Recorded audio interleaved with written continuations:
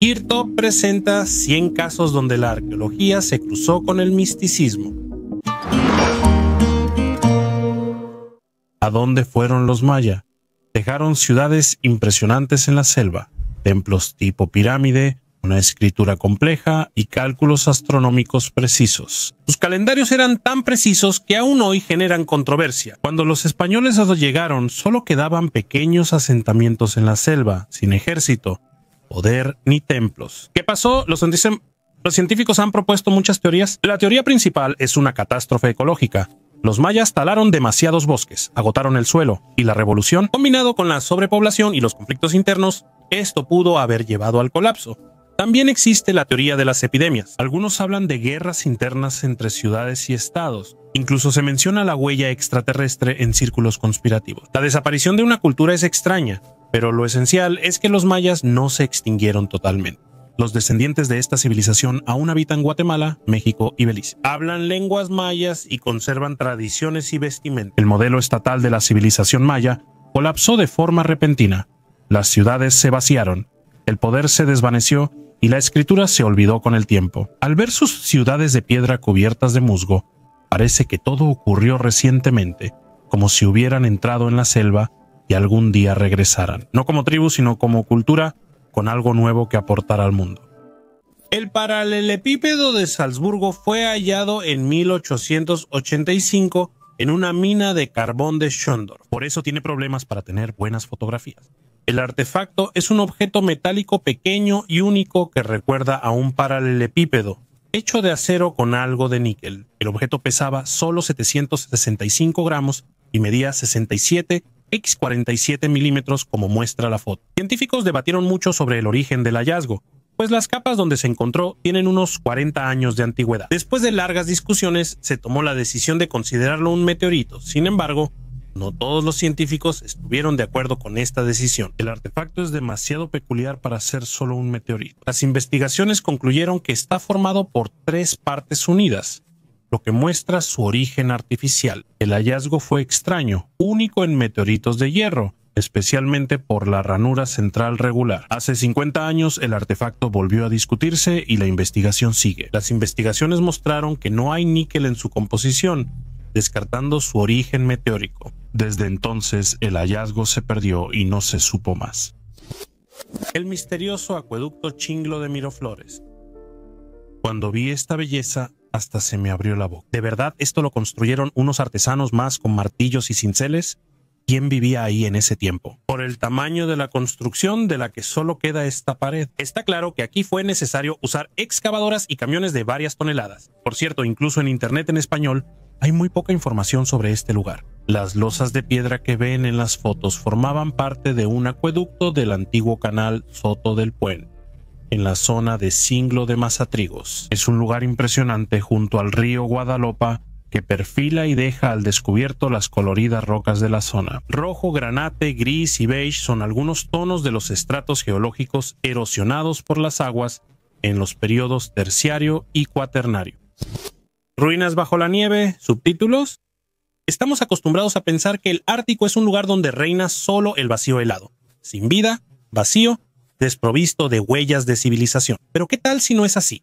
¿Y si bajo el espesor de los glaciares no solo se esconden huellas de pueblos desaparecidos hace mucho tiempo, sino ciudades enteras perdidas? Las investigaciones satelitales de los últimos años han llevado al descubrimiento de formas anómalas bajo la corteza de hielo, que podrían indicar ruinas antiguas escondidas profundamente en las entrañas del norte. Algunos científicos creen que estas ciudades podrían ser más antiguas que la primera civilización conocida: Mesopotamia, Egipto y antigua India. Todos estos pueblos podrían ser simplemente la continuación de algo mucho más grande y misterioso de lo que podemos imaginar. ¿Cómo es posible esto? ¿Cómo es posible que estas ciudades estén bajo kilómetros de hielo? Hoy en día, estas anomalías se consideran hipótesis, pero cada nueva investigación solo aumenta el misterio. Las imágenes satelitales tomadas en los rincones más remotos del planeta muestran formas y líneas extrañas que recuerdan la estructura de edificaciones, calles o incluso ciudades enteras. ¿Y si estos glaciares no solo fueran barreras, sino tumbas de antiguas civilizaciones? Capas de hielo que esconden no solo cambios climáticos, sino también epopeyas humanas olvidadas. Es posible que estas ciudades que estas ciudades sufrieran catástrofes globales antes de las eras glaciales. ¿Acaso hay algo más antiguo que lo que guarda el hielo eterno? Esta pregunta inquieta a los científicos como nunca antes. Si desciframos el misterio bajo el hielo milenario, podríamos replantear la historia de nuestras civilizaciones y cómo entendemos el desarrollo del mundo. El misterio de Stonehenge.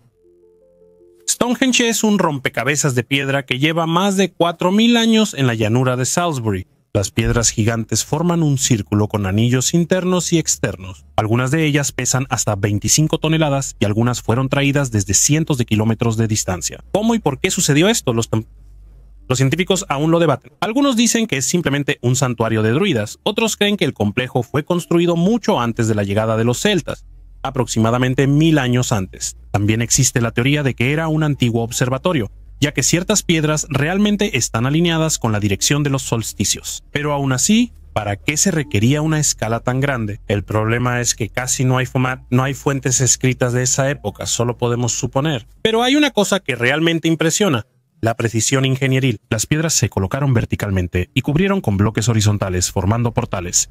Esto exige fuerza y conocimiento. No era una ciudad desarrollada, solo un campo sin metal, planos ni tecnología. Más extraño aún, en el siglo XX se reconstruyó Stonehenge. Algunas piedras fueron recolocadas en su lugar con la ayuda de grúas. Aún no sabemos qué piedras siguen en su lugar original y cuáles fueron movidas. Esto suma confusión a una historia ya complicada.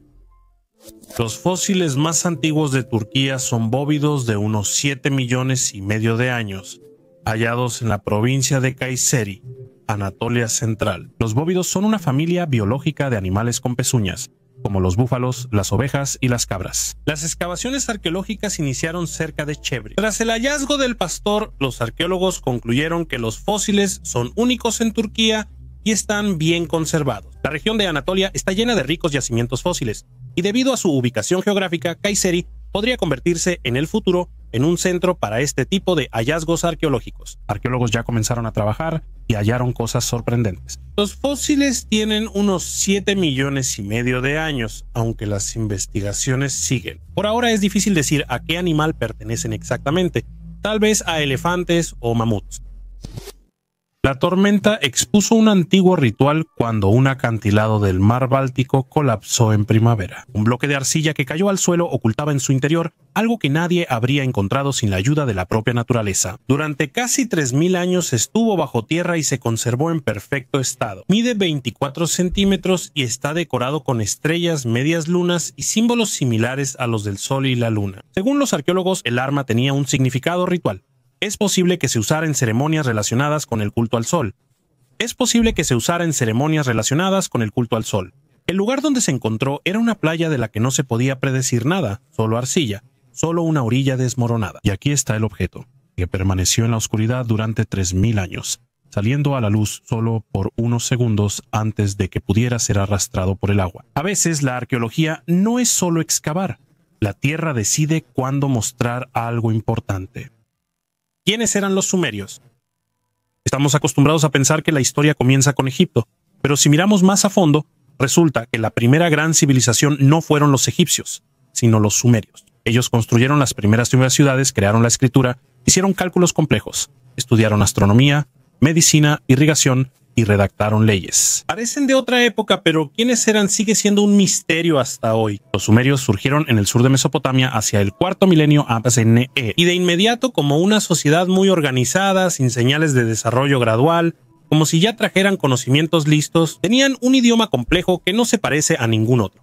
Ni siquiera se han encontrado vínculos de parentesco con otros idiomas del mundo. Por eso surge la pregunta, ¿de dónde vienen? Una versión dice que los sumerios vinieron del este o quizá de las montañas de Irán o Pakistán. En su idioma, país y montaña se dicen igual, quizás sea una pista. Existen teorías más exóticas, como que los sumerios obtuvieron sus conocimientos de un continente hundido o de contacto con extraterrestres. Por supuesto, no hay pruebas de esto, pero las rarezas permanecen. Lo que personalmente me sorprende es la cantidad de conocimientos que poseían. No solo construían casas, también reforzaban cimientos. No solo escribían, llevaban contabilidad. No solo veían estrellas, predecían eclipses lunares. Eran racionales, civilizados y aún así desaparecieron. Los sumerios se mezclaron con otros pueblos. Su idioma desapareció y solo quedaron tablillas cuneiformes y algunas conjeturas. El monte Kailash y sus misterios. El monte Kailash o Kailash se encuentra en la parte sur de la meseta tibetana del sistema Trans-Himalaya y pertenece territorialmente a China. Kailash, del idioma tibetano, se traduce como la joya de las nieves. Kailash es el punto más alto de este sistema montañoso, con 6.638 metros sobre el nivel del mar. Aunque los datos varían, la diferencia es de unas decenas de metros. Del monte Kailash nacen 4 de los mayores ríos del subcontinente indio, afluentes del Ganges, Brahmaputra, Karnali y Sutlej. La altitud y la falta de civilización dificultan investigar la montaña. Hasta ahora, se sabe muy poco sobre Kailash, pero esta montaña guarda muchos misterios y teorías no confirmadas que esperan su momento. Numerosos intentos de conquistar la cima de la montaña fracasaron. Hasta ahora, nadie ha logrado hacerlo. Las expediciones no tenían permiso de China, la Organización de las Naciones Unidas ni el Dalai Lama. Los peregrinos hacían protestas y bloqueaban el paso. Su aspecto ya es un misterio. Las aristas del monte Kailash apuntan a los 4 puntos cardinales y algunos científicos piensan que es una antigua pirámide unida a otras montañas menores formando un sistema. Los geólogos creen que el viento y el agua formaron la pirámide durante milenios. La montaña emergió del océano por el movimiento y choque de la corteza terrestre, elevándose a la superficie. Las grietas del lado sur de la montaña parecen una esvástica, símbolo budista de poder divino supremo y perfección. Es posible que tales grietas se hayan formado como resultado de un terremoto. Pero el Tíbet es un lugar donde ocurren milagros increíbles. Parece que alguien lo hizo a propósito por razones secretas. Según algunas suposiciones, una de las civilizaciones más antiguas, la del monte Kailash, está rodeada de muchos mitos y leyendas. Este es un famoso lugar de peregrinación. Para los hindúes, Kailash es la montaña sagrada de Shiva. Para los budistas, es el palacio de Buda. Muchos creen que la montaña es hueca y que los iluminados se refugiaron allí. Para dar la vuelta completa alrededor de ella, hay que recorrer una distancia de 53 kilómetros por el valle en la base. Kora es el nombre especial de esta peregrinación y viene de los monjes tibetanos. Quien haya hecho al menos una vez en la vida la Kora, se libera del karma y de todos los pecados cometidos durante su vida y puede estar tranquilo por su próxima reencarnación. Definitivamente tendrá suerte con su próxima encarnación. Aquellos que han visitado la montaña Kailash dicen que el tiempo allí parece dejar de existir. La concentración de una energía poderosísima realmente puede empujar a una persona a comprender el sentido de la vida, ayuda a conocerse a sí mismo y es como si recargara las baterías internas. Subtítulos. ¿A dónde desaparecieron los escitas? Los escitas son conocidos, pero pocos saben algo sobre ellos. Los griegos los veían como jinetes salvajes del norte, sin ciudades, expertos en la guerra. Heródoto les dedicó toda una parte de sus obras, y después, silencio. En algún momento los escitas simplemente desaparecen de la historia. En su apogeo controlaban vastos territorios del Danubio al Altai, comerciaban con griegos, luchaban contra persas, Alejandro Magno, sármatas y hunos. Su cultura era vibrante y única. Joyas de oro, arte animal y una visión especial de la muerte. Y de repente todo se interrumpe. No hay crónicas ni testimonios claros sobre lo que les sucedió. Se cree que los escitas se mezclaron con otros pueblos, como sármatas, eslavos o pueblos del Cáucaso. Algunos piensan que osetios, chechenos e ingushes serían sus descendientes. Todo esto son hipótesis, no hay pruebas directas. Lo que más me interesa son sus túmulos funerarios. Estás de pie sobre una colina, en la estepa y bajo tus pies. Hace miles de años alguien enterró a un líder con armas, oro y un caballo. Todo está cuidadosamente colocado, como si la persona no hubiera muerto, sino que simplemente se hubiera ido en un largo viaje. Entonces ves esto y entiendes. No solo desapareció un pueblo o ejército, sino una forma de ver el mundo, poderosa, veloz y nómada, con su propia lógica y verdad. La momia del ñomo de San Pedro. Los cuerpos momificados se hallan con frecuencia y siempre generan interés. He notado que suelen rodear los misterios y, a veces, varios secretos a la vez. San Pedro, del que vamos a hablar, es precisamente una de esas historias. El cuerpo se halló en las montañas de San Pedro, Wyoming, Estados Unidos, en 1932. Así sucedió. 2 hombres, Maine y Carr, buscaban oro en el estado para hacerse ricos. Su trabajo era honesto y difícil, ya que encontrar y extraer oro en esos años no era sencillo. A Cecil Maine y Frank Carr no les iba bien, solo hallaban pequeñas partículas de arena dorada. Como dice un conocido, no temas cuando todo va mal, preocúpate cuando todo va demasiado bien. La suerte parecía sonreírles a los hombres. Carr y Maine notaron una veta de oro en la roca. Había que usar explosivos para llegar al metal precioso. Los hombres volaron la roca. Si lograron sacar el oro o no, la historia no lo dice. O sea, es cierto, en ese momento fue muy importante. Mine y Carr encontraron una pequeña habitación de medio metro de ancho y alto, y de 4 a 5 metros de largos. No había oro allí, y en la habitación estaba sentado un enano que se parecía un poco a una persona. No estaba vivo, por supuesto, era una momia. El enano estaba sentado con las piernas cruzadas, y su estatura de pie, evidentemente, debía ser de unos 35 a 40 centímetros. El hallazgo fue entregado a los científicos, quienes realizaron, entre otras cosas, un estudio de rayos X. Resultó que el enano, al que llamaron Pedro en honor a las montañas donde fue encontrado, era un ser humano, o al menos una criatura parecida a un humano. Tenía un esqueleto como el nuestro, órganos internos y así sucesivamente. Sin embargo, la columna vertebral estaba dañada, al igual que una de las clavículas. Se determinó aproximadamente la época en la que vivió este ser, el año 1700 de nuestra era.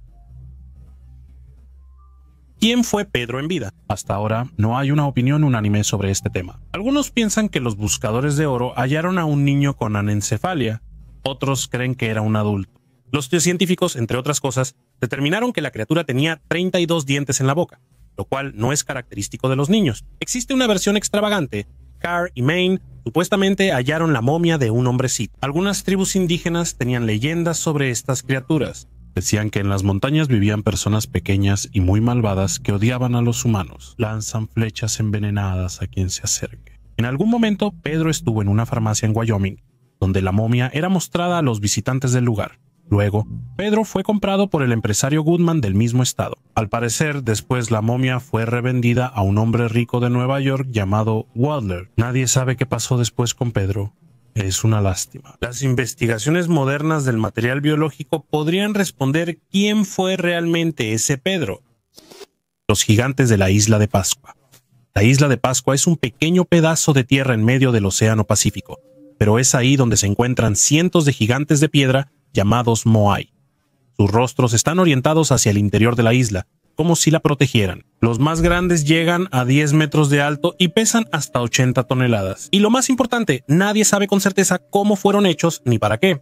Los Moai fueron tallados por los Rapa Nui entre los siglos XI y XVI usando hachas de piedra, palancas de madera y cuerdas. Algunos científicos intentaron repetir este proceso y hasta lo lograron, pero solo con estatuas relativamente pequeñas. ¿Qué hacer con aquellas que pesaban decenas de toneladas? ¿Cómo las movían por la isla? Como en Pascua no hay árboles resistentes, Thor Heyerdahl propuso que las estatuas se arrastraban acostadas. Otra teoría dice que las balanceaban como un refrigerador con cuerdas, pero aún hay dudas, especialmente sobre cómo les colocaban los sombreros pukao a las estatuas, que pesan hasta 2 toneladas y van encima. Levantarlas sin grúas es casi imposible.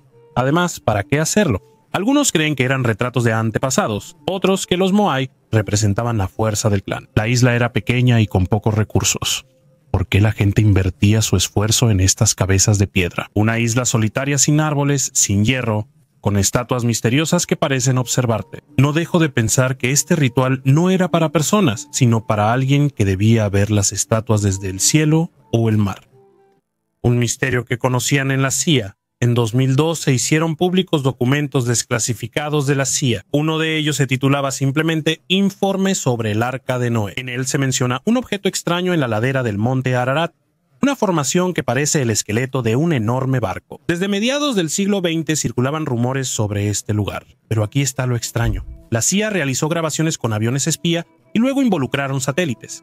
Todo por esta anomalía. Según la versión oficial, no hallaron nada especial en las imágenes, pero rechazaron decenas de solicitudes para publicar las tomas de 1974. ¿Por qué ocultar las imágenes si no hay nada en ellas? Más tarde, los investigadores recolectaron muestras de suelo de ese lugar. En ellas hay organismos marinos. Y la montaña Ararat está a una altitud de 4.420 metros. ¿Significa esto que aquí realmente hubo agua, la misma del diluvio bíblico? Podría parecer una coincidencia, pero hay demasiadas coincidencias así. Durante demasiado tiempo, la gente ha intentado evitar este lugar. Marcas memorables en los ladrillos de la historia. El fuerte Merangar en Jodhpur es una de las construcciones más majestuosas de la India, aunque tras su belleza hay páginas oscuras de la historia.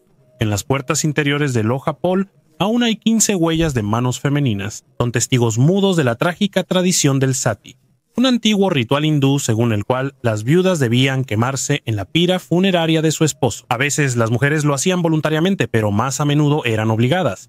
Esta práctica fue oficialmente prohibida por los británicos en 1829, pero en la India se mantuvo hasta el siglo XX. En 1843, tras la muerte del Maharaja Man Singh, sus esposas marcaron sus manos en la pared antes de entrar al fuego. Sin embargo, este no es el único caso en la historia del fuerte. En 1731, 6 esposas y 58 concubinas del Maharaja Ajit Singh también se quitaron la vida en las llamas. Las tragedias iniciaron al fundar la fortaleza. En el siglo XV, Chidjabali Baba maldijo a Rao Yodu, diciendo que sus tierras tendrían sequías eternas. Para levantar la maldición, el rey ordenó emparedar vivo al habitante Rajaram Iqbal en los muros del fuerte, pero la maldición, al parecer, sigue vigente hasta hoy. Aquí murieron maharajas, cayeron turistas, y en 2008, durante una estampida en el templo Chamunda Devi, cientos de personas murieron o resultaron heridas. Subtítulos: Entrada al ecosistema subterráneo.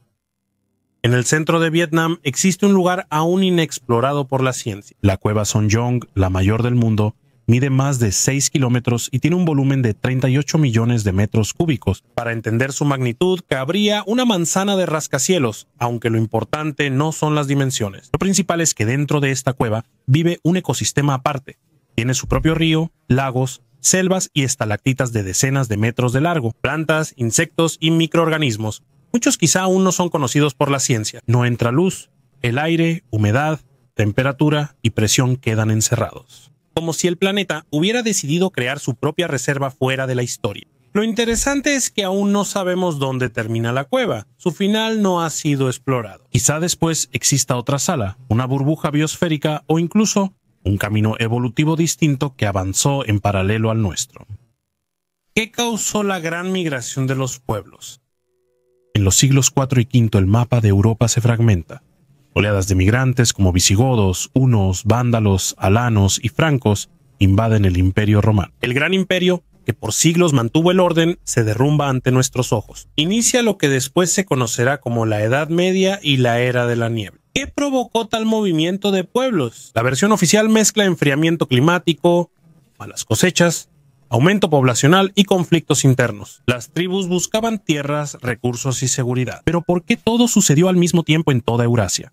¿Por qué comenzaron a moverse tanto los germanos como los eslavos y los pueblos de las estepas? ¿Cuál fue el detonante? Una teoría afirma que todo inició con los hunos, guerreros de Asia Central, quienes provocaron que otras tribus se desplazaran al oeste. Otros investigadores piensan que es más profundo. Quizás en Asia hubo una catástrofe ecológica que obligó a culturas a dejar sus hogares. Se supone que los cambios en el campo magnético de la Tierra influyeron en la migración y la gente los siguió. Los romanos no resistieron la presión. Sus caminos, muros y legiones no detuvieron a quienes buscaban sobrevivir, no luchar. El imperio desapareció y surgió una Europa feudal, religiosa y fragmentada. Sin esa migración, Francia, Alemania y Rusia no existirían. Vivimos sobre las ruinas de Roma y los restos de esa antigua tormenta. Una pequeña y modesta figura de un pájaro. Una figura en miniatura de un pájaro fue encontrada en Linsen, provincia de Henan, China, y data de hace 13.500 años. Actualmente es el ejemplo más antiguo conocido del arte chino. Figura de pájaro paleolítica tallada en hueso ennegrecido. Quizá no parezca impresionante, pero tiene unos 13.500 años, siendo el arte tridimensional más antiguo de Asia Oriental. Se observan evidencias del uso de varias herramientas en su superficie, lo que indica que el artista aplicó técnicas de tallado reconocidas. También es única porque el ave está sentada sobre un pedestal, lo que sugiere que es parte de una tradición artística previamente desconocida. Huevo de dinosaurio con embrión.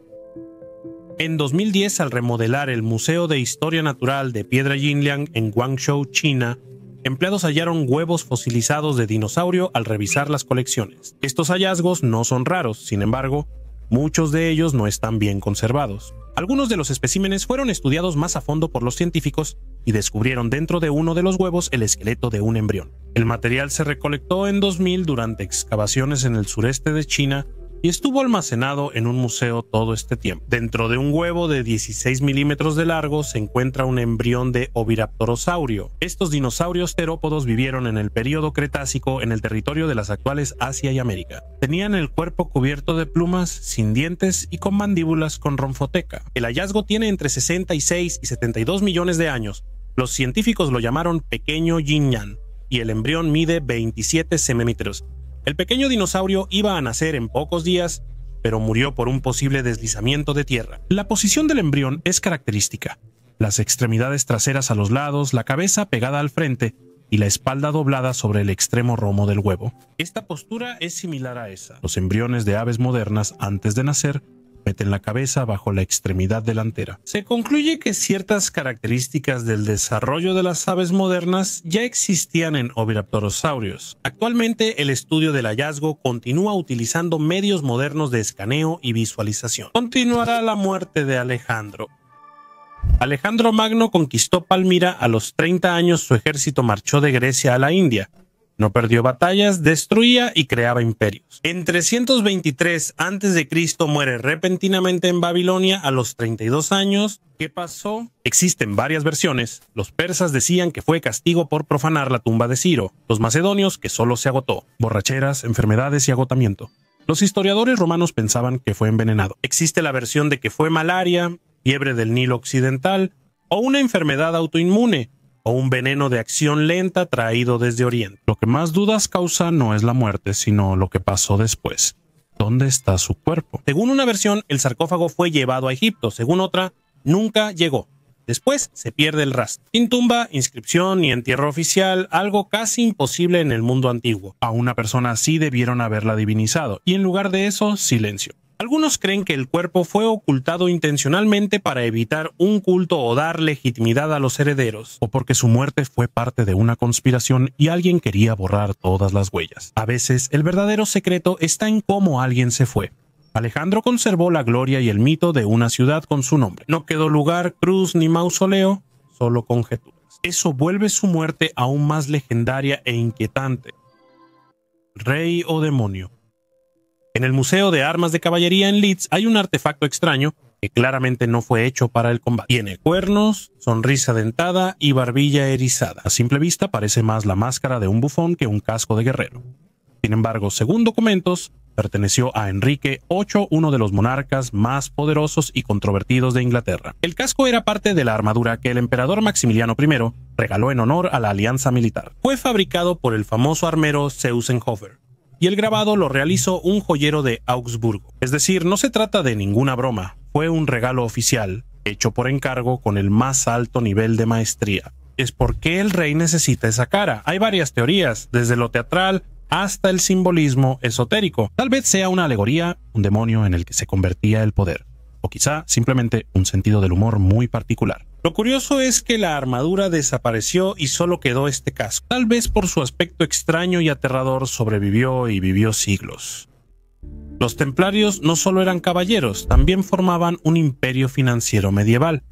Poseían castillos, barcos, bancos y su propio sistema de transferencias. El rey francés Felipe IV les debía mucho dinero y de repente declaró ilegal a la orden. Son arrestados, juzgados, torturados y pierden sus tesoros. Al capturar la sede parisina de los templarios, no hallaron nada valioso, ni oro, artefactos o documentos. El tesoro estaba vacío. Eso causó pánico y muchos rumores. ¿Cómo es posible? ¿Dónde está todo? Horas antes de la redada, una caravana salió de París con el oro hacia el puerto de La Rochelle, donde fue embarcado rumbo desconocido. Desde entonces comenzó una de las búsquedas históricas más persistentes: encontrar el oro de los templarios. Algunos lo buscan en Escocia y otros en la isla Oak, Canadá, donde habría un escondite con trampas ingeniosas. Algunos creen que los tesoros se llevaron a Suiza y formaron la base del futuro sistema bancario. Existe una teoría de que el oro fue escondido en Jerusalén y aún está protegido. El hecho es que ni siquiera sabemos la cantidad aproximada de lo que se perdió.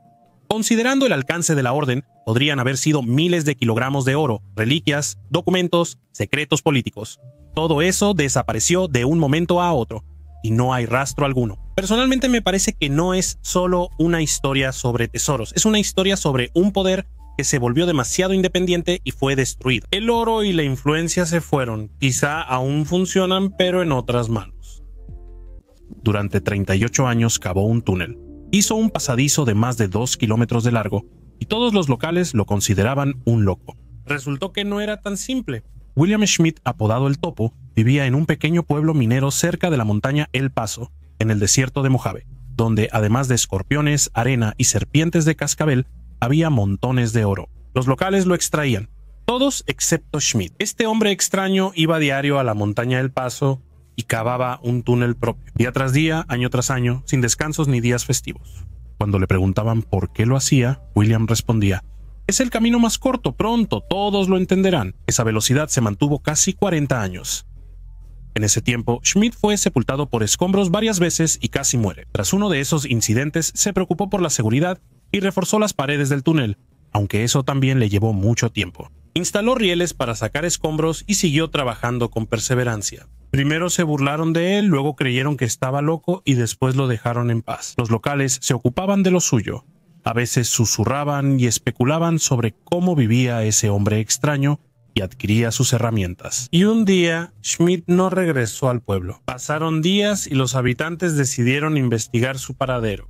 Liderados por el sheriff, entraron al túnel. Estaba oscuro, lúgubre y un poco escalofriante. Tras avanzar varios cientos de metros, se rindieron y volvieron a la superficie. Registraron a Schmidt como desaparecido y se olvidaron de él. Recientemente, solo algunos expedicionarios profesionales bajaron al túnel y quedaron sorprendidos. Recorrió 2048 metros bajo la montaña, hecho por una sola persona. No había restos allí, y en las paredes del túnel había una clara señal de una veta de oro. Lo más probable es que el excavador sí encontró oro, explotó completamente la veta y luego desapareció. Entonces quedó clara la nueva respuesta de Schmidt sobre el camino más corto. Era el camino hacia la riqueza. La desaparición de la Atlántida. La Atlántida no es solo una antigua leyenda, es un fantasma cultural que hasta hoy influye en las mentes, los sueños e incluso en la ciencia. Platón la describió con gran detalle: una isla enorme, civilización avanzada, ejército poderoso y complejo sistema de canales. Aseguraba que la Atlántida estaba más allá de las columnas de Hércules frente a las montañas Atlas y se hundió en un día por un gran terremoto cerca del año 9500 a.C. Han pasado más de 11.000 años desde entonces y todavía la hemos buscado en Creta y Santorini, en Cuba y Brasil, en Islandia y en el fondo del Atlántico. Los científicos han propuesto cientos de teorías, desde la catástrofe en Tira hasta el recuerdo distorsionado de una parte sumergida del Sahara. El problema es que no tenemos ni una sola prueba arqueológica directa, ni artefactos, ni restos, ni rastro genético. La ciencia no puede refutar por completo la existencia de la Atlántida. Lo más curioso es su gran influencia. La leyenda de la Atlántida inspiró escuelas filosóficas, teorías ocultistas, nazis místicos, pseudociencias conspiracionistas y ciencia ficción. Se volvió símbolo de una edad de oro perdida, atrayéndonos porque representa la idea de que alguna vez fuimos más de lo que somos hoy. A veces pienso que la Atlántida no es una isla hundida, sino el reflejo de nuestro sueño. Pensamos que antes las personas eran más fuertes, inteligentes y mejores. Mientras no sepamos la verdad, esta historia seguirá resurgiendo. La Casa del Brazalete de Oro.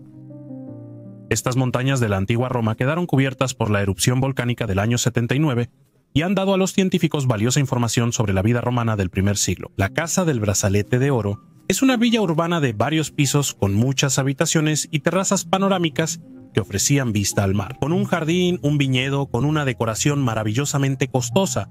Mucho de este hermoso decorado ha llegado hasta nosotros, a pesar de la catástrofe. Frescos, mosaicos, mármol incrustado, relieves de terracota y hallazgos. Algunos frescos se desprendieron con el yeso. Los restauradores tuvieron que trabajar arduamente para reconstruir su aspecto original.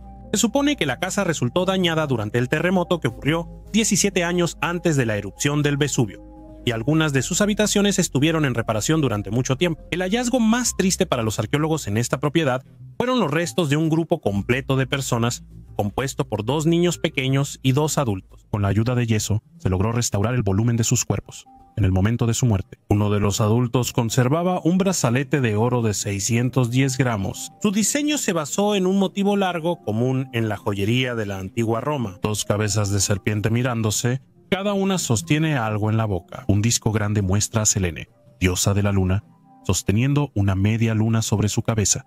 decorada con estrellas entre los extremos. Fue precisamente en honor a este brazalete, encontrado en 1974, que los arqueólogos nombraron toda la casa. La joya muestra el alto estatus social de su dueña. Pero eso no es todo. La pompeyana portaba una caja con muchos sólidos de oro y 180 denarios de plata. Según arqueólogos, con 20 denarios, una familia de 3 personas podía alimentarse en Pompeya durante toda una semana.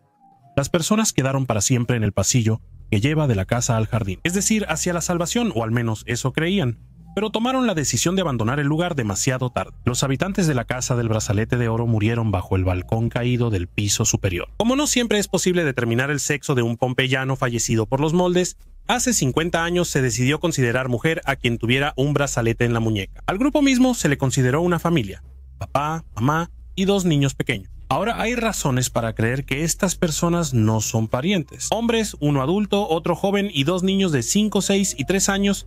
Las investigaciones de los moldes siguen. Quizá vengan nuevos descubrimientos.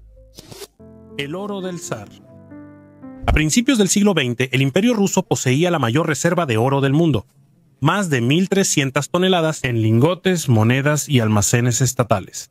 Tras la revolución, todo desapareció. De los romanos va la nada. ¿Qué pasó con ese oro? Parte de los tesoros se cree que cayó en manos de Kolchak, almirante del ejército blanco. Transportaba oro en trenes por Siberia para usarlo contra los bolcheviques. Luego todo se vuelve confuso. Un tren lo interceptaron los rojos, otro los japoneses. El tercero lo saquearon los checoslovacos y del cuarto no se sabe si existió. Parte del dinero quedó en bancos de Japón, China y Francia, pero se perdieron cientos de toneladas. Según una versión, el oro fue escondido en las cordilleras de Siberia y todavía está en algún lugar de la taiga. Según otra, fue sacado al extranjero a través de Vladivostok y vendido en secreto. Según una tercera, el oro simplemente se perdió en el caos de la guerra civil, desapareciendo parcialmente en operaciones clandestinas. Es interesante que desde entonces en Rusia regularmente aparecen nuevos datos, que alguien encontró un mapa, que hay testimonios de un testigo, que supuestamente se descubrió un escondite, pero no hay confirmación oficial de ninguno. El oro del zar ahora es un fantasma nacional. Me asombra que miles de millones desaparezcan sin rastro, y no hace siglos, sino hace solo 100 años. Sabemos quién gobernaba, qué desayunaba y qué decretos firmaba, pero desconocemos dónde está el metal que sostenía el imperio. Una chica se contagió de una maldición medieval. ¿Qué opinan? ¿Es posible en el mundo moderno literalmente trasladarse a la Edad Media? Y no estoy hablando de un festival de recreadores, sino de un fenómeno realmente aterrador. Durante la Edad Media, la gente padecía el fuego de San Antonio o retorcijones de bruja, una enfermedad misteriosa. Los síntomas incluían convulsiones, vómitos con sangre, psicosis y, en casos graves, gangrena en extremidades. A los infectados solían verlos como poseídos por demonios. La causa era simple: envenenamiento por cornezuelo, un hongo que afecta al centeno. El pan con grano infectado causaba epidemias en Europa y Rusia. El último gran caso se registró en 1951 en Francia, cuando 250 personas se enfermaron y 4 murieron. Parecía que la enfermedad había quedado en el pasado, pero recientemente una joven estadounidense sintió una fuerte sensación de ardor en las piernas. Los médicos estaban desconcertados. Los tejidos de su extremidad morían. Tras largas investigaciones se descubrió que se envenenó con cornezuelo y recibió un saludo digno de la Edad Media. Las tecnologías modernas casi han eliminado estos casos, pero como vemos, la historia puede repetirse. Un hombre fuera del tiempo. Michel Siffer fue pionero en estudiar el tiempo y la mente humana.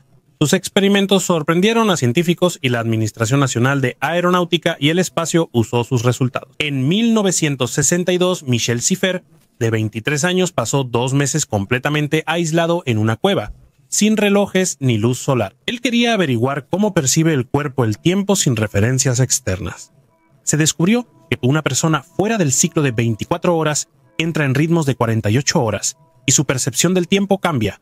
5 minutos parecen 2. 10 años después repitió el experimento y pasó medio año en una cueva de Texas. Sus hallazgos fundamentaron la cronobiología y ayudaron a preparar astronautas para misiones largas. Envenenamientos masivos con Artemisa en la antigüedad. Empleados de la Universidad de Sevilla investigaron envenenamientos masivos con Artemisa en el pasado. Hoy en día, el metal líquido, que a veces daña la salud, se considera una de las sustancias más peligrosas del mundo. Nuestros antepasados no lo sabían. Un grupo de especialistas bajo la dirección de Stephen Emsley analizó 370 antiguos entierros en 23 lugares de España y Portugal. Los datos abarcan 5.000 años desde el Neolítico hasta la Antigüedad. Algunos envenenamientos ocurrieron en la Edad de Bronce, cuando el oxígeno era comúnmente usado. El cinabrio histórico, sulfuro de mercurio, al triturarse da un polvo rojo brillante y se usaba como pigmento en pinturas. Se usaba para cubrir objetos decorativos, instrumentos de culto y cuerpos de difuntos, incluso en el cabello. Por el almacenamiento, los científicos detectaron 400 partículas por millón de mercurio, muy por encima de las 2 habituales. Según los arqueólogos, poco antes de morir, estas personas pudieron haber inhalado vapores de mercurio o incluso ingerirlo. Cinabrio con fines esotéricos. Cinabrio. ¿El diluvio universal es mito o catástrofe? La historia del gran diluvio es una de las más universales. Aparece en la Biblia con Noé, la epopeya sumeria de Siusudra, la historia babilónica de Utnapishtim, el mito hindú de Manu, el relato griego de Deucalión, crónicas chinas, leyendas indígenas americanas y relatos árticos. Es difícil creer que sea coincidencia, lo que nos lleva a preguntar si el diluvio realmente sucedió. ¿Cuándo sucedió? Una hipótesis convincente dice que fue hace 7.600 años. En ese entonces, debido a un aumento brusco del nivel del océano mundial, el agua salada fluyó a través del Bósforo hacia la llanura del Mar Negro. Los geólogos afirman que el nivel del agua subió 140 metros, inundando enormes territorios. Lo que antes era tierra fértil se convirtió en mar. Este evento realmente pudo parecer el fin del mundo para la gente de esa época. ¿Pero fue realmente un diluvio global? Probablemente no. Pero para quienes vivían en las llanuras aluviales costeras, sí es una catástrofe mundial. Imaginen, el agua arrasa con todo: casa, ganado, tierra, el pueblo ancestral. La gente escapa en balsas hacia las montañas. Con los siglos, el recuerdo se vuelve un mito universal y aterrador. Me impresiona que ese miedo antiguo siga en nosotros. Incluso en el siglo XXI tememos las inundaciones y hablamos de catástrofes climáticas como si recordáramos cómo el mundo una vez se hundió. Y quizá no sea un mito, sino una advertencia.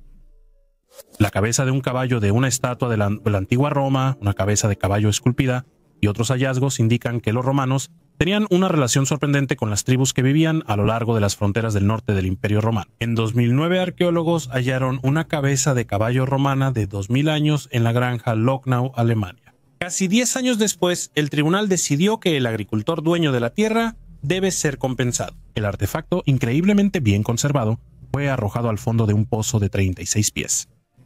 Estaba cubierto de agua y protegido del aire. El gobierno inicialmente pagó al agricultor solo $56.000 por la cabeza hallada en su propiedad. En julio, el Tribunal de Distrito de Limburgo concluyó que el agricultor tenía derecho a la mitad del valor de la antigüedad, que era de $1.8 millones. Las autoridades locales deben al agricultor $904.000 más intereses. Arqueólogos creen que la cabeza de bronce fue abandonada tras una invasión que obligó a los habitantes a huir rápidamente. La cabeza decorada con hojas de oro se fechó en el año 9 de nuestra era. El hallazgo del artefacto en una ciudad alemana da testimonio de la magnitud del Imperio Romano. Al inicio, los expertos creían que la cabeza era de una estatua de un general romano. También hallaron sandalias, lo que confirma que el caballo tenía un jinete. La cabeza hecha de bronce y cubierta de oro es más que solo un impresionante ejemplo del arte romano. El rey Arturo es un mito en el trono. Se escribe sobre él desde el siglo XII, se hacen películas, se escriben novelas y se dibujan cómics sobre él. El rey Arturo es casi mítico: la mesa redonda, la espada en la piedra, Merlín y Camelot. Pero detrás de todas estas leyendas queda la pregunta principal: ¿fue real? Los historiadores siguen discutiendo hasta hoy. Algunos piensan que Arturo fue un líder celta real contra los anglosajones y luego se volvió protagonista de una epopeya.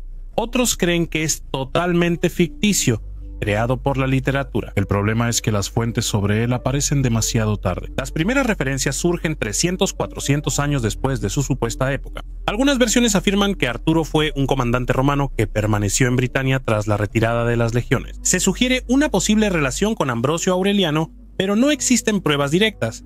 No hay tumba, crónicas ni descripciones confiables de la época. Lo interesante es que en las leyendas de Arturo se habla principalmente de moral, deber, honor, verdad y justicia. No es solo un rey, es la idea de cómo debe ser un rey. Quizá por eso la imagen de Arturo perdura, porque no representa a una persona específica, sino lo que todos necesitamos: una historia ausente en los libros de texto. Recientemente, arqueólogos hallaron pruebas de que en la antigua Troya ya se bebía vino antes de la Ilíada. Esto no es solo una teoría, sino una prueba química que confirmó que la gente común en Troya no solo bebía vino, también lo usaba cotidianamente. Para los investigadores, esto fue sorprendente, ya que en la antigüedad solo la élite podía beber vino, pero en Troya era accesible para toda la sociedad. Las investigaciones demostraron el culto al vino de Quinto. Era tan importante para los habitantes de Troya que los recipientes en los que lo bebían se encontraron por toda la ciudad, desde los palacios ricos hasta los barrios residenciales más sencillos. Lo más interesante es que el método de fermentación en Troya era tan único que recuerda a civilizaciones más avanzadas de esa época. Ahora, gracias a estas investigaciones, podemos asegurar que Troya no era solo una leyenda, sino real, y su cultura mucho más compleja y avanzada de lo que creían. La tumba que intentaron robar. Verano de 2023, Abjasia, asentamiento de Markul, un terreno común y una antigua cripta destruida. Saqueadores la forzaron e intentaron robar una cítula de bronce, pero los sorprendieron ahí. El dueño recuperó el artefacto y llamó a los arqueólogos, quienes quedaron sorprendidos por el hallazgo. La cripta del siglo III a.C.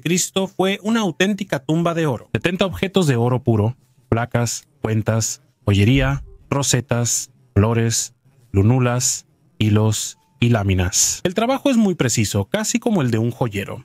En partes, el oro parecía estilo esifosármata con influencia antigua. Probablemente es una obra de artesanos locales en el cruce de culturas y rutas comerciales. Arqueólogos hallaron restos de animales sacrificados y señales de un ritual relevante para el entierro de un noble. Por los artefactos, huesos, cuentas de vidrio y brazaletes de bronce, el enterrado era rico y parte de la élite, quizás sacerdote o jefe. La ironía es que la cripta no la destruyó el tiempo ni la naturaleza, sino personas como quienes la construyeron.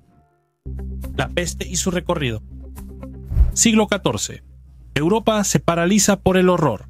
La muerte negra avanza rápido. Miles mueren. Familias desaparecen en días. Médicos usan máscaras con pico. Nadie entiende lo que ocurre. Hoy sabemos que era la peste, pero incluso con el conocimiento moderno quedan preguntas. ¿Por qué golpeó casi exactamente las mismas rutas que la pandemia de Justiniano 1000 años antes? ¿Por qué los brotes ocurrieron casi simultáneamente en Londres, Moscú y París? ¿Cómo pudo moverse tan rápido considerando que la velocidad de desplazamiento en la Edad Media era extremadamente baja? Se suele culpar a la pulga de la rata negra por transmitir la bacteria Yersinia pestis, pero las ratas salvajes no habitaban todo el norte de Europa. Y lo más importante, en teoría, estos roedores no podían aparecer de inmediato en decenas de ciudades. Algunos científicos incluso creen que el problema no eran las ratas, sino el aire, los cambios climáticos, la humedad, las olas de polvo que podían transportar la enfermedad. Existe la teoría de que la enfermedad se propagaba más por la psicología que por la biología. Pánico, éxodo, huida. Personas infectadas viajaban a nuevos lugares sin saber que llevaban la muerte. Como resultado, la epidemia no se comportaba como una ola, sino como una red. Se encendía en muchos puntos al mismo tiempo, como chispazos en pasto seco. Lo que más me asusta de esta historia no es la enfermedad, sino su repetición. Creímos que todo había cambiado desde entonces. Medicina, higiene, ciencia, pero las pandemias aún superan al sentido común. Quizá no se trate solo de microbios, quizá sea un espejo de la sociedad, un sistema vulnerable. Siempre que olvidamos, algo lo recuerda. El pasado está más cerca de lo que pensamos. Estructuras raras en la antigua ciudad de Dalichi. Los arqueólogos investigaron una rara estructura ocupacional en el sureste de Turquía de la época del Imperio Romano y una magnífica basílica cristiana de la antigüedad tardía. La ciudad fue abandonada por guerras y crisis económicas. Con el patrocinio cristiano inició una etapa de auge y se construyó una basílica. La ciudad, que prosperó por el santuario del dios romano Júpiter Dalicino, se volvió obispado. Un equipo de arqueólogos investiga desde 2001. Daliche es un ejemplo del desarrollo cultural, político y religioso de una ciudad en la antigua Siria. Primero, la ciudad cambió al incorporarse al Imperio Romano. La casa de baños muestra cómo las costumbres romanas fueron adoptadas y moldearon el paisaje urbano. Las instalaciones de baño eran grandes, con unos 2000 metros cuadrados. La casa de baños sigue una secuencia típica romana. Primero los baños fríos, luego tibios y después calientes. Actualmente está abierta una sala de 150 metros cuadrados con piscina y parte del sistema de calefacción bajo el piso. Los hallazgos, al igual que los mosaicos, datan el lugar entre los siglos II y II d.C., cuando durante el proceso de cristianización el baño cayó en decadencia. El material de construcción hecho de cal y mármol fue procesado en un gran horno para calcinación de cal y luego se utilizó para nuevas construcciones. El hallazgo de la iglesia es muy relevante, pues pocos edificios eclesiásticos han sido estudiados por arqueólogos en la ciudad, lo que aporta al conocimiento del cristianismo primitivo. Los hallazgos cerca de la iglesia muestran que fue destruida por un terremoto en el siglo VII. La ciudad misma fue finalmente abandonada en el siglo XII, la ciudad que no debería existir. En el sur de Irak, entre tierras áridas, están las ruinas de Eridu. Alguna vez aquí fluían canales, trabajaban artesanos y los campos se regaban con un sistema cuidadosamente calculado. Investigaciones recientes han demostrado que Eridu no es solo una ciudad antigua, sino que posiblemente sea la primera ciudad en la Tierra. Datos satelitales muestran que arqueólogos hallaron más de 4.000 canales y unas 700 granjas organizadas rigurosamente. Había canales de hasta 9 kilómetros, una red de irrigación ramificada e infraestructura imposible para tribus dispersas. Se necesitaban ingenieros, obreros y gestión. Todo esto existía miles de años antes de los sumerios, egipcios y acadios. Lo más extraño es que la región fue abandonada, por lo que todo este antiguo sistema se conservó casi intacto. Es como si nuestra ciudad moderna quedara sepultada bajo cenizas y alguien la encontrara intacta dentro de 6.000 años. Eridu figura en la lista de reyes sumerios como la primera ciudad con realeza otorgada por los cielos. Cuando el mito coincide con la geodesia te pone un poco incómodo. Raro libro gigante. Ante ustedes está uno de los 12 enormes libros del siglo XVIII escritos en español. Sus dimensiones impresionan, mide casi 1 metro de largo. Estos libros fueron hechos para ceremonias religiosas y tienen guiones detallados de los servicios, encuadernado en cuero, tapas de madera y hojas de piel curtida. Esto hacía que el libro fuera duradero y símbolo de grandeza en la iglesia. Estos manuscritos estaban destinados a ser usados en los templos, donde los sacerdotes y el coro podían leer el texto desde lejos. Por eso las letras son tan grandes. Actualmente esta rareza está en la Universidad Nacional Autónoma de México, donde científicos restauradores la estudian y buscan conservarla en su estado original. Estos libros son una verdadera ventana al pasado, que permite ver cómo eran los textos litúrgicos y cuál era la actitud hacia la escritura en la época de la América Latina colonial. Un mineral que ya no existe. Esta piedra pesa solo 1.6 quilates, pero su precio literalmente no se puede estimar. El cautuita es el mineral más raro de la Tierra. Fue descubierto por casualidad en Myanmar en un mercado común. Los científicos hallaron que su composición y estructura cristalina son únicas en la naturaleza. En realidad, ni antes ni después. Color ámbar marrón, estructura similar a un objeto extraterrestre. Al microscopio se observan tubos huecos internos creados por presión y tiempo. Hoy Keotuit está en el Museo de Los Ángeles. No es solo una piedra, es un error natural y quizá una huella de un antiguo evento geológico desconocido para la ciencia. ¿Y si este mineral no es solo casualidad, sino algo más profundo? ¿Y si su composición esconde respuestas a preguntas aún no formuladas? ¿Dónde estuvo la cuna de los indoeuropeos? Hablamos lenguas indoeuropeas, la mayoría de los idiomas de Europa, Irán e India. Es una gran familia, tienen una raíz común. Pero ¿de dónde vino? ¿Dónde estaba ese punto de partida, la cuna de la que luego se dispersaron los antepasados de los eslavos? Celtas, griegos, hindúes y germanos. Se creía que todo empezó en la India, por eso el término indoeuropeo.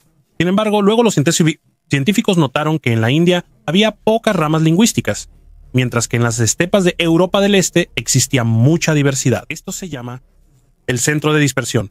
Cuanto más cerca de la fuente, más variantes hay. Hoy en día, una de las teorías más reconocidas es la hipótesis de la estepa. Según esta teoría, los indoeuropeos aparecieron hace unos 4.500 años en el sur de Rusia y Ucrania, en la región de la cultura Yamna. Eran nómadas expertos en domesticar caballos, usar carros y trabajar el metal. Se expandieron hacia el oeste, a Europa, y hacia el este, a Asia, llevando consigo no solo palabras, sino también cultura, tecnología y costumbres. Y aún con la arqueología, lingüística y genética, no tenemos una respuesta. Existe la hipótesis de Anatolia que dice que la patria original estaba en Asia Menor.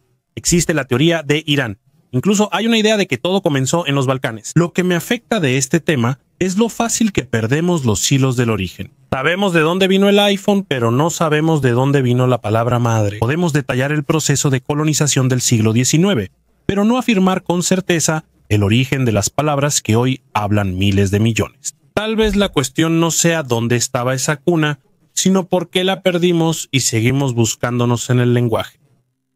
1000 dientes en lugar de tesoros. El hallazgo de 1000 dientes en lugar de tesoros no pudo decepcionar a los arqueólogos. Además, en los lugares de excavación no siempre se hallan artefactos fantásticos. Las excavaciones en el Distrito Central de Negocios de Melbourne, junto al pub Ian y Jackson en Swanston Street, permiten a los arqueólogos descubrir objetos que revelan más sobre la historia de los antepasados. Ahora sabemos que algunos tenían dientes terribles y que algunos fumaban opio en bongs de vidrio hechos de botellas de cerveza. Aquí estuvieron la primera escuela de niñas, el seminario femenino de Nicola Cook Roxburgh, el Hotel Freemason y la tienda de abarrotes de Powell. Aquí trabajaron varios dentistas, por eso hallaron 1000 dientes en tuberías y tierra. El dentista más destacado fue J. Forster. Los anuncios en los periódicos elogiaban a Forster por poder extraer dientes sin dolor. Pero en 2018, el profesor asociado de la Facultad de Odontología de la Universidad de Melbourne, Mark Evans, es bastante escéptico al respecto. Los medicamentos de antes no eran tan confiables ni duraderos como la lidocaína y articaína actual. No había paracetamol, ibuprofeno ni antibióticos para el dolor o infecciones tras la extracción. Antes no se usaba anestesia para empastes. El dentista perforaba los dientes con una fresa vibratoria de pedal. Fue terrible. El Dr. Evans identificó los dientes hallados para los arqueólogos. Él señaló que muchos dientes tenían enormes caries que dolían durante años. El camino a través de la ceniza, sur de Italia. Durante la instalación de un gasoducto, una excavadora en su trabajo habitual encuentra algo extraño bajo una fina capa de ceniza volcánica. Huellas de pies descalzos humanos y, cerca, huellas de pezuñas. Los arqueólogos llegan rápidamente y descubren escenas de una antigua huida. Mujeres, niños y ganado huían de sus hogares. Pero esto no es Pompeya ni el año 79 después de Cristo. Estas huellas tienen 1800 años más. Datan de 1995 a.C., año antes de nuestra era. La llamada erupción de Abilene, uno de los cataclismos más destructivos de la Edad de Bronce. Antes se pensaba que casi no se sabía nada sobre esto. Ahora literalmente vemos la ruta de las personas que intentaron salvarse. Su última elección quedó marcada en la ceniza. Siglos después, la gente regresó al mismo sitio. Arqueólogos hallaron restos de asentamientos de 1200 a 1900 a.C. y edificaciones romanas. El ciclo se repite. Primero la erupción y después el regreso, como si la Tierra no dejara olvidar. Esta no es solo la historia de una catástrofe, sino de errores repetidos, la terquedad de la esperanza y la memoria que, como ceniza, permanece bajo nuestros pies. La tribu más temible.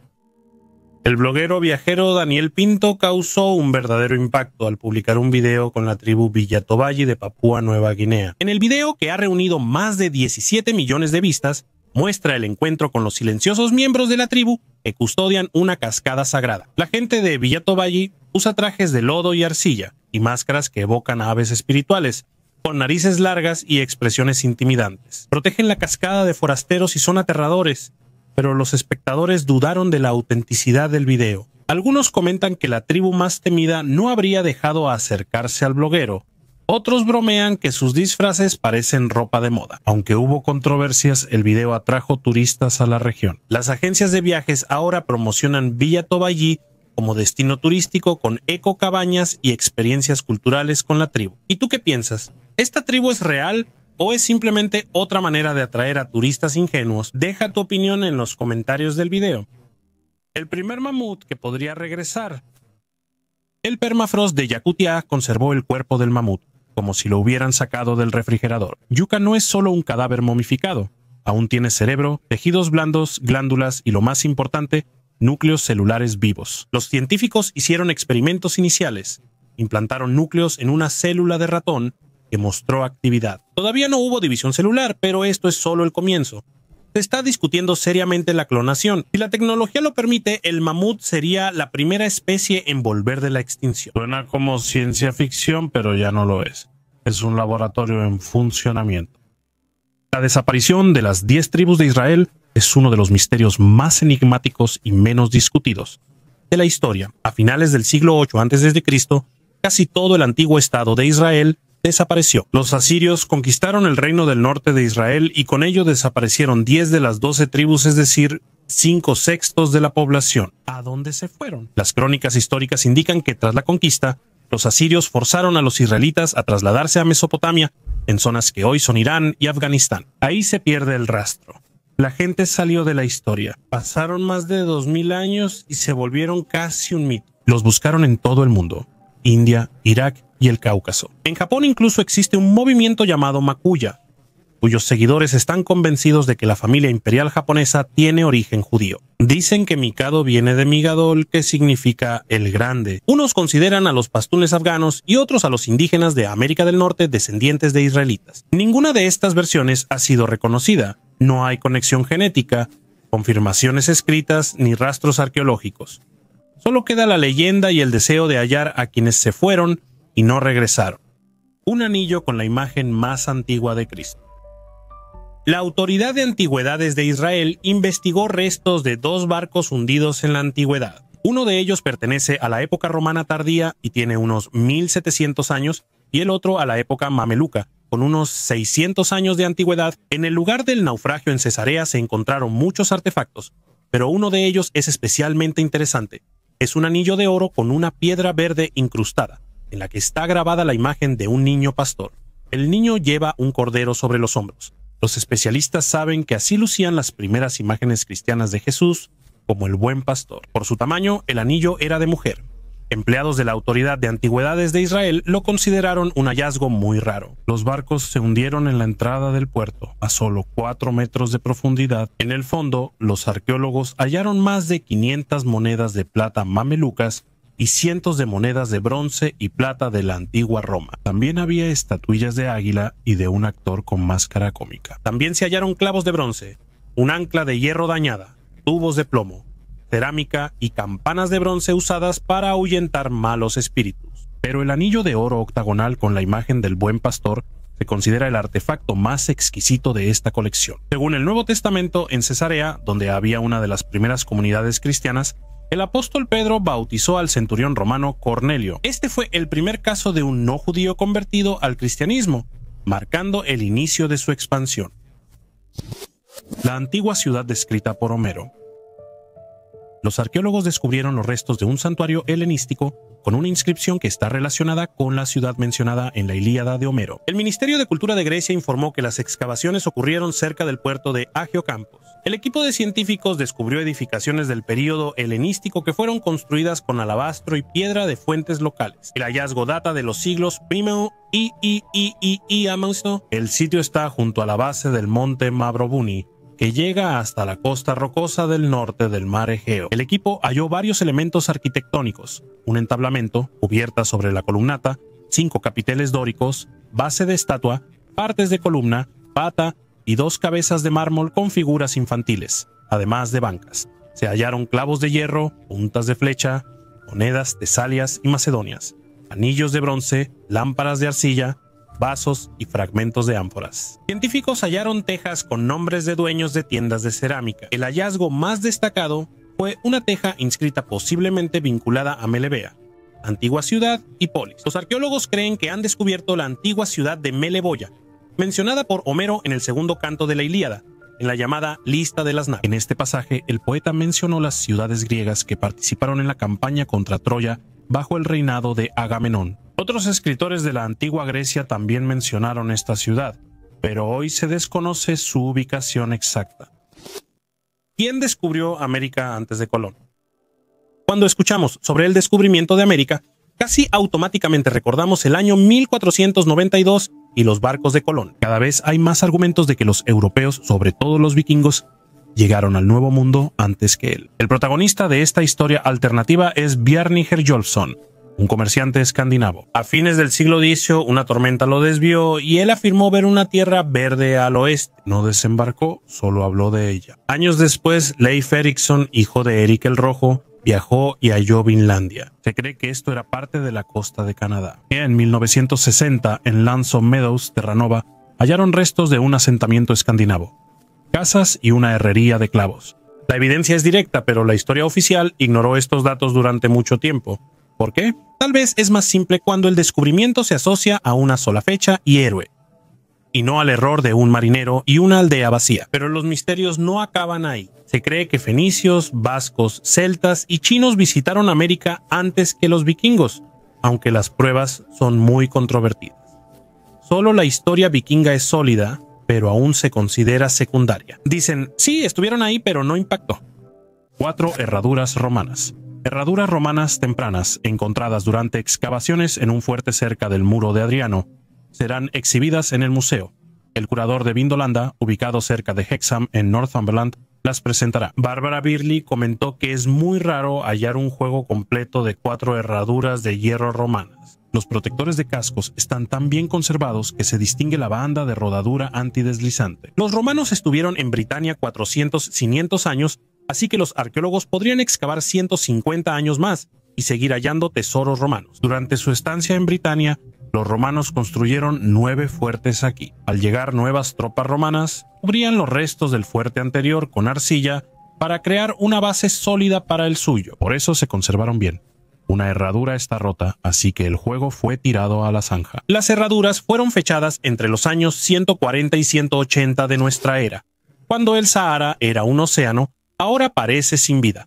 Arena infinita, rocas quemadas por el sol, caravanas raras. Hace millones de años, el Sahara era muy diferente. Era un océano. El océano Tetis, con aguas cálidas, albergaba a las criaturas más antiguas: amonites, erizos de mar, corales y reptiles gigantes. Hoy en ese lugar solo sobreviven lagartos. Geólogos hallaron rastros de deltas, cauces y costas, lo cual lo demuestra. Aquí alguna vez se agitó el agua, pero el océano se fue y en su lugar surgió otra historia. Cientos de miles de años después, en esta tierra se asentaron personas, unos de los más antiguos, cuyo nombre aún resuena a través de la arena. Bereberes, conocidos también como Amazigh, descendientes de quienes sobrevivieron al cambio climático y a la desaparición de ríos y lagos. Ellos permanecieron cuando otros se fueron. Las pinturas rupestres de Tassili n'Ajjer son una biblioteca de la conciencia prehistórica. Cazadores con arcos, fiestas, escenas de amor y guerra. Y figuras con cascos redondeados, como de otra realidad. Algunos piensan que es una alegoría, otros lo consideran prueba de contacto con otra inteligencia. El punto es el mismo. Antes de que el Sahara respirara, los bereberes ya contaban historias y sabían hallar agua. Cómo sobrevivir ante días calurosos y noches frías. Gobernaron Numidia, comerciaron con Roma, lucharon contra Egipto y luego desaparecieron del mapa, pero no de la tierra. Las conquistas árabes los desplazaron al desierto y montañas, pero su cultura sobrevivió. Hasta hoy, en las aldeas remotas todavía se escucha la lengua bereber y vive una memoria que tiene miles de años. En el desierto quedaron huellas de un pasado aún más antiguo. Hongos de piedra parecen rocas, pero si los miras bien, su forma sorprende. Un sombrero de piedra dura reposa sobre un tallo delgado y erosionado, resultado de la erosión diferencial. El viento lleva arena que pule por años las rocas blandas, dejando solo las duras. Cada uno de estos hongos es como una marca del tiempo, temporal, pero orgullosa. Sus tallos se afinan gradualmente y un sombrero colapsará. Viven cientos de miles de años, pero igual están condenados, como el océano y la civilización. Y solo la memoria en las piedras, en el polen, en la arena, sobrevive a todo. Quedaron otras huellas de esta antigua civilización. ¿Y qué pueden contarnos sobre un pasado que aún no comprendemos? Gobernantes olvidados de Egipto. Muchos ven a Egipto como una civilización eterna, fuerte, orgullosa e independiente. Pero hubo un momento en que fue gobernada por forasteros. Se les llamaba Hicsos.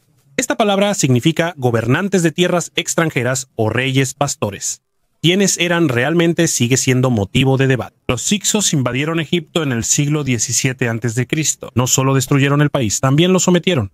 Fundaron una dinastía, gobernaron casi un siglo e introdujeron nuevas tecnologías. Se cree que fueron ellos quienes trajeron a Egipto el carro de guerra.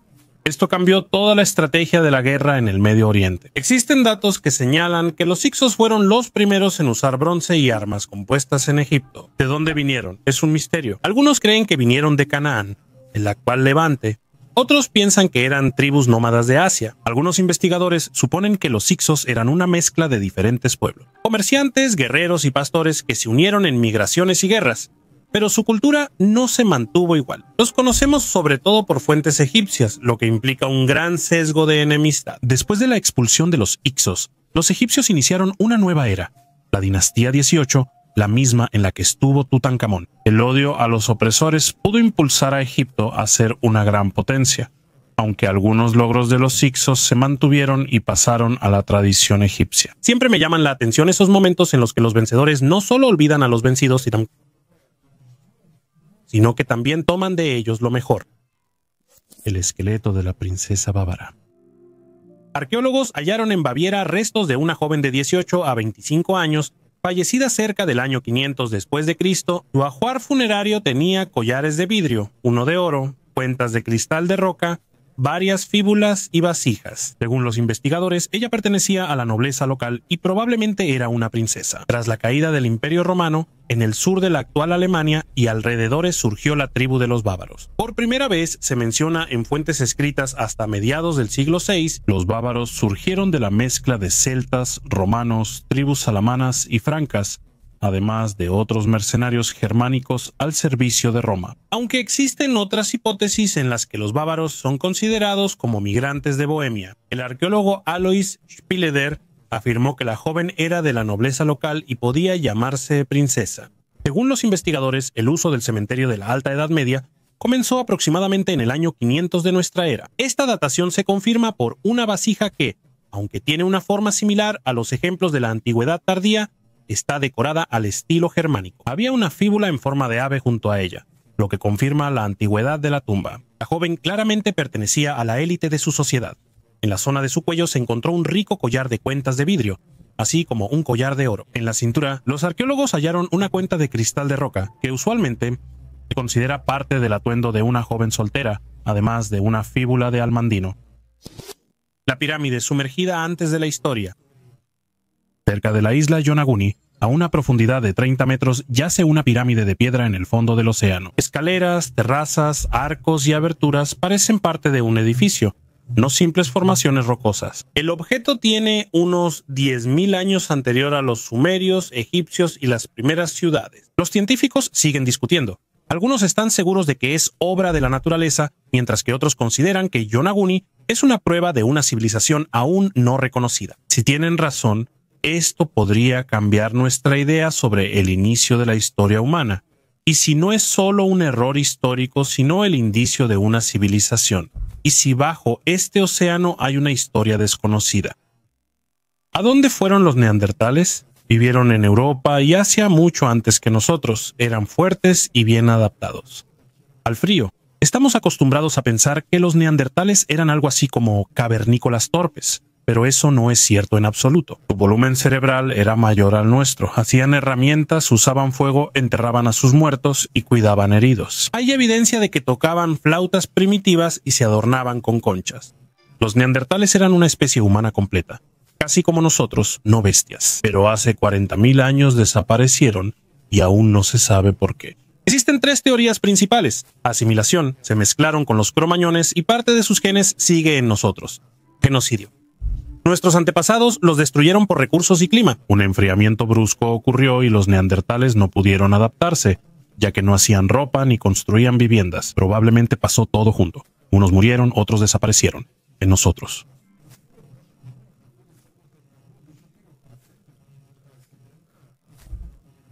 Asimilación. ¿Pero qué significa eso? ¿Memoria u olvido? Algo en esta historia me afecta. Eran casi como nosotros, pero algo les impidió sobrevivir.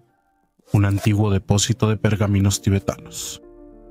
En el Tíbet, a 180 kilómetros del Everest y a 4.300 metros de altitud, está el antiguo monasterio de Sakya. En 2003 se hizo conocido por el público en general, gracias a un descubrimiento sorprendente. Arqueólogos hallaron en el monasterio un antiguo depósito de manuscritos emparedado en una pared. El monasterio fue fundado en 1073 por Konchok Gyalpo, un monje de una antigua familia influyente y uno de los 7 tibetanos ordenados como monjes budistas. Los abades de este monasterio gobernaron el Tíbet hasta el siglo XIII bajo el patrocinio de la dinastía mongola Yuan.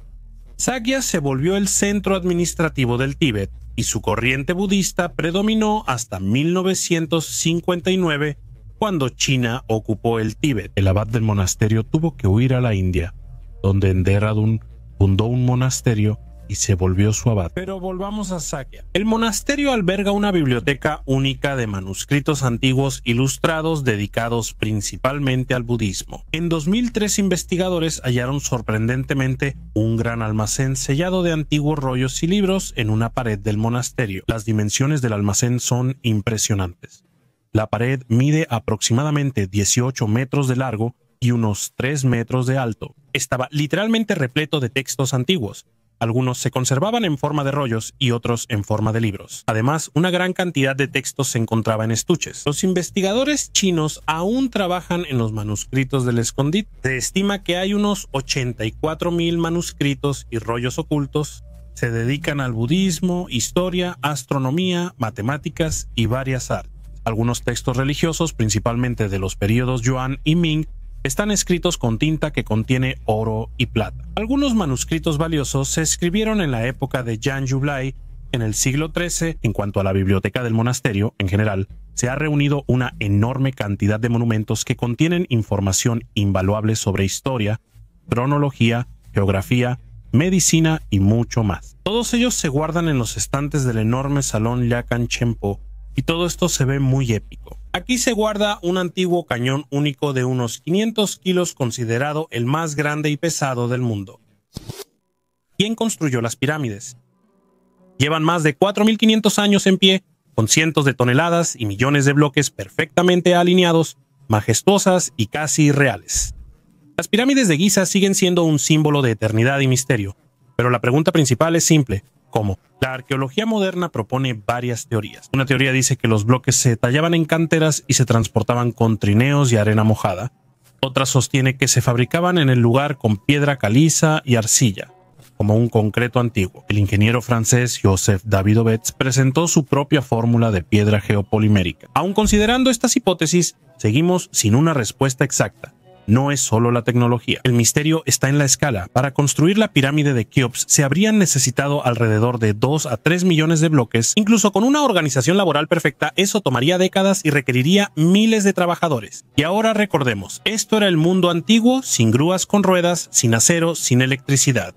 Los pozos internos están alineados con precisión centimétrica, y los lados de la pirámide casi coinciden con los 4 puntos cardinales. Y hay otras preguntas. ¿Para qué se necesitaban esas tumbas? ¿Por qué las 3 pirámides de Giza están alineadas con los mismos ángulos que las estrellas del cinturón de Orión? ¿Por qué en algunos bloques hay marcas de procesamiento que parecen más de fusión que de corte? Cuanto más leo sobre las pirámides, más siento que no son simplemente una construcción.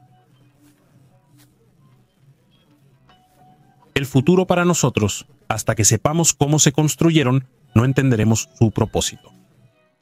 La cigarra de jade. Ante ustedes está la cigarra de jade, hecha en la dinastía Zhou occidental. Este artefacto no es solo decorativo, tenía gran valor simbólico. En la cultura china, la cigarra simbolizaba renacimiento e inmortalidad, y el jade representaba eternidad. Una figura como esta podía colocarse en la boca del difunto antes del entierro, creyendo que ayudaría al alma a pasar al más allá y renacer. Las huellas de pintura roja en el artefacto son relevantes, ya que el rojo simbolizaba protección y buena suerte.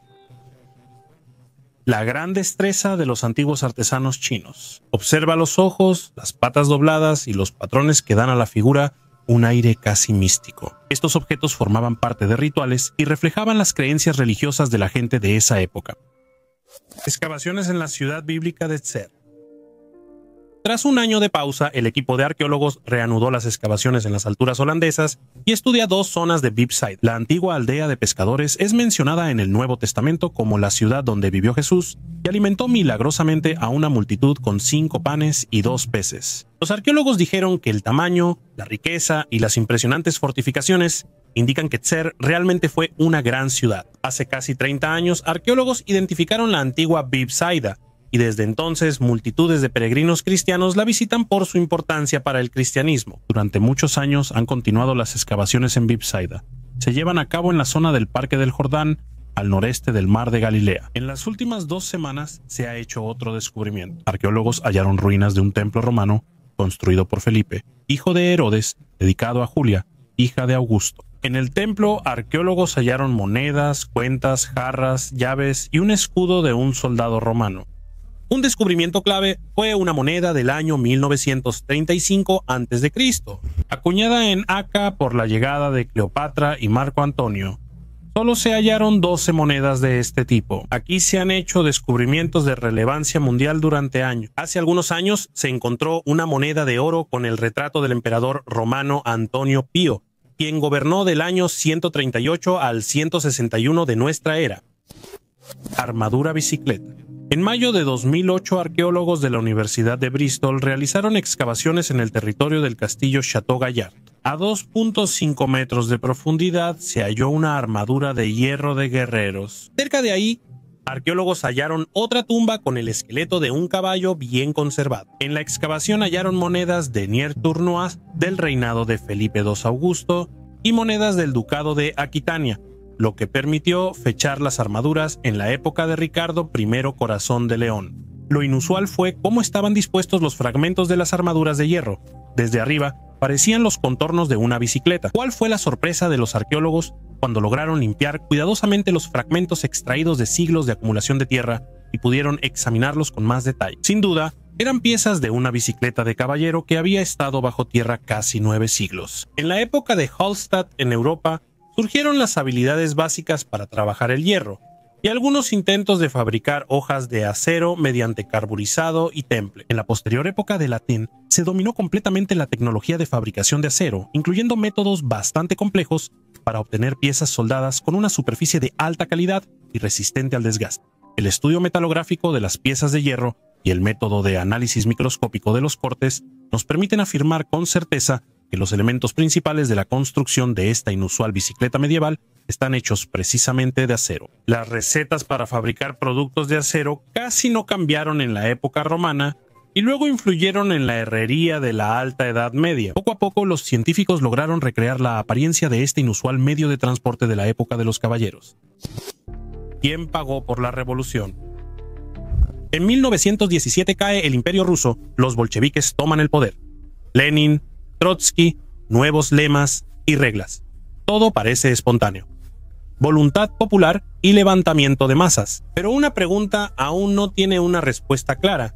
¿Quién pagó por esto? Se dice que los bolcheviques se financiaban con cuotas, donaciones y apoyo de simpatizantes, pero eso no explica su magnitud. Publicar periódicos, rentar edificios, armas, logística y mover líderes con seguridad cuesta mucho dinero. ¿De dónde lo obtenían? Hay una versión sobre financiamiento de Alemania. Dicen que el Estado Mayor del Kaiser quería desestabilizar a Rusia y sacarla de la guerra. Dicen que a Lenin le dieron dinero, organizaron vagones sellados desde Suiza y le aseguraron protección. Esta versión está respaldada por muchas fuentes indirectas, pero no hay documentos directos o fueron destruidos. Otra teoría habla de Occidente, banqueros, Wall Street, ingleses, viejos creyentes. Dicen que la revolución beneficiaba a quienes buscaban derrumbar el viejo orden e invertir en un caos controlado. Incluso hay nombres como Jacob Schiff, Olaf Ashberg, Morgenthau, pero de nuevo, hay pocas pruebas. Todo se reduce a insinuaciones y coincidencia. Lo curioso es que tras 100 años aún no sabemos con certeza cómo se financió una de las mayores transformaciones políticas del siglo. Sabemos quién estaba en las calles y palacios, pero no quién imprimía folletos o pagaba trenes. ¿Y será que la revolución no solo es lucha de ideas, sino también de dinero invisible? Y quienes apuestan al futuro. No sé cuál de estos misterios es más importante, pero sé que la verdadera historia no está en los libros de texto, sino que surge de fragmentos y hallazgos accidentales. Quizá no tengamos todas las respuestas, pero hacer las preguntas correctas ya genera un cambio. Gracias por vernos. Adiós a todos.